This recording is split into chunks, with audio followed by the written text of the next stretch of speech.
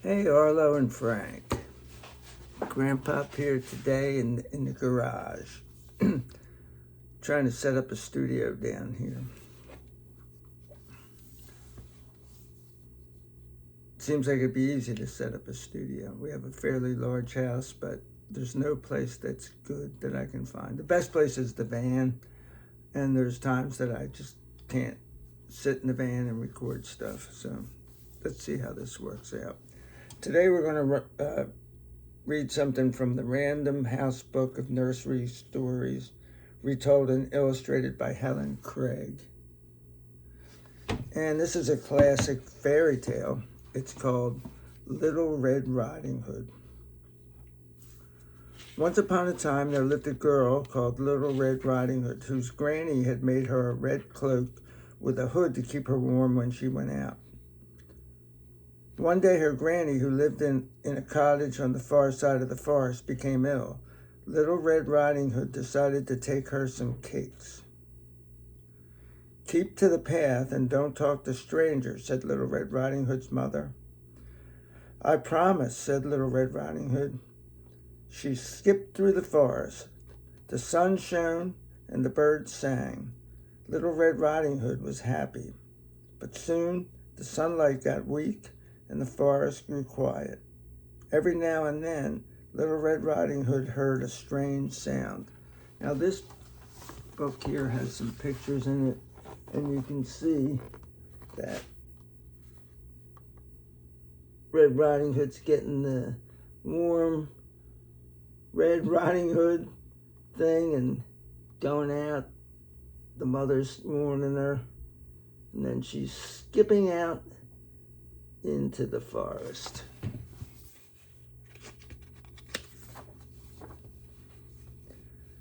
Swish, swish, swish, swish. Little Red Riding Hood drew her cloak tight around her. As she went on, the forest grew even darker, and the trees grew bigger. Little Red Riding Hood felt very small. Swish, swish, swish, swish. Little Red Riding Hood walked faster, and here she is, walking in the forest. A lot of forest, very few words on that page. Suddenly, she came to a clearing full of flowers. "Oh, I'll pick some for Granny," she said, forgetting her fear and her mother's warning. She darted from flower to flower until she had a big bunch. But when she looked up, she couldn't see the path anymore.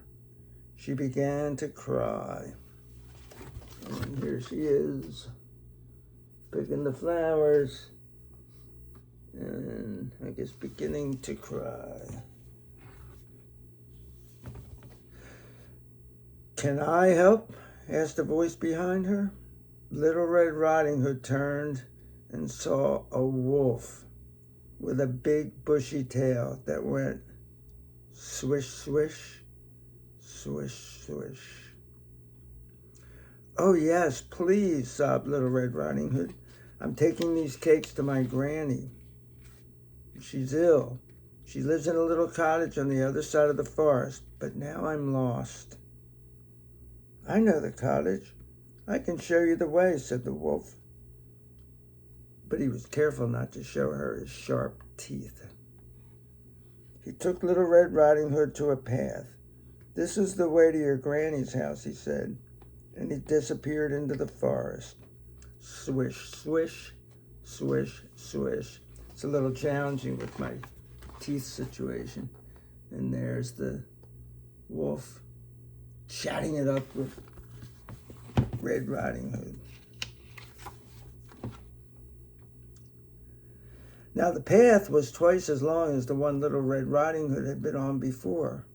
While she was taking the long, twisty way, the wolf hurried along the shorter path and got to Granny's cottage first.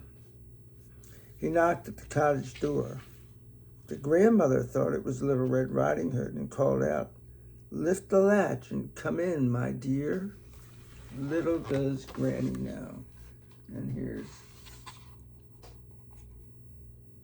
Another big page with a few words.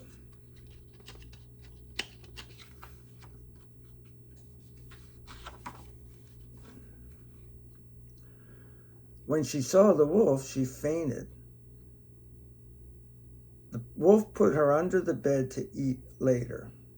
Then he put on her spare nightdress and cap, got into the bed to wait for Little Red Riding Hood.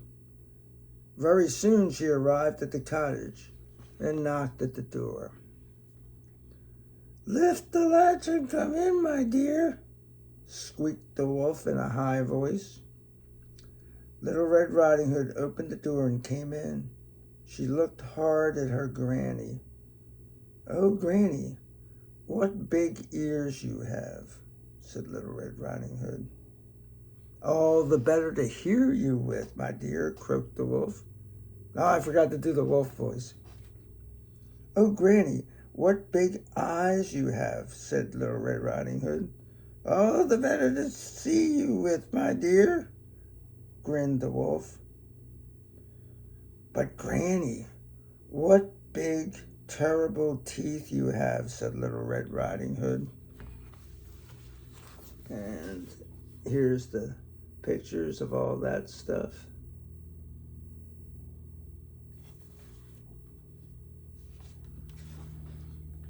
"All the better to eat you with," growled the wolf, and he leapt out of the bed and tried to catch Little Red Riding Hood. But she was too quick for him and ran out the door. Around and around the cottage the wolf chased her.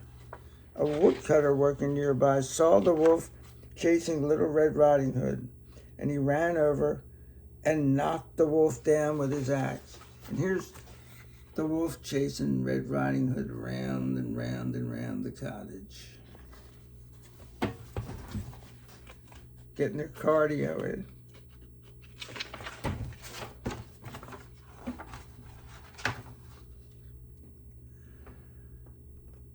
All the noise had woken up Granny, and she came out from under the bed.